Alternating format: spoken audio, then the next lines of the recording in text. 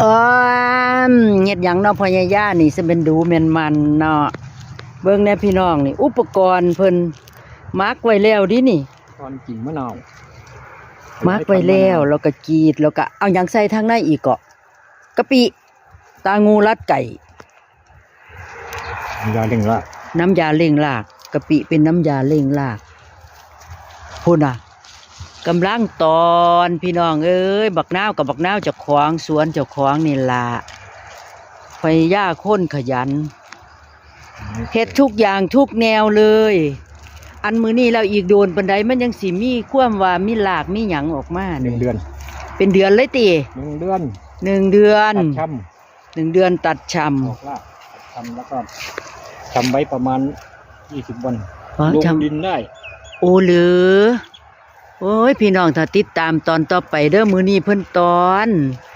พุ่นละยามออกหากเราสิตัดไปช่ำอีก20 วันก็ได้ลงปลูกได้แต่ตอนมัดไว้นี่นับไว้เลยว่า30 วันแม่นบ่ถูกต้องจังค่อยตัดได้หากมันจังสิแก่พันนาพี่น้องคักอยู่เอ้าจะเป็นอีหยังดีตัวสวยแต่ว่าสวยยุงนี่ล่ะพูดอ่ะตัวสวยยุง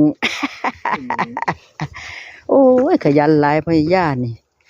พุ่นตอนไปเอาได้หลายจริง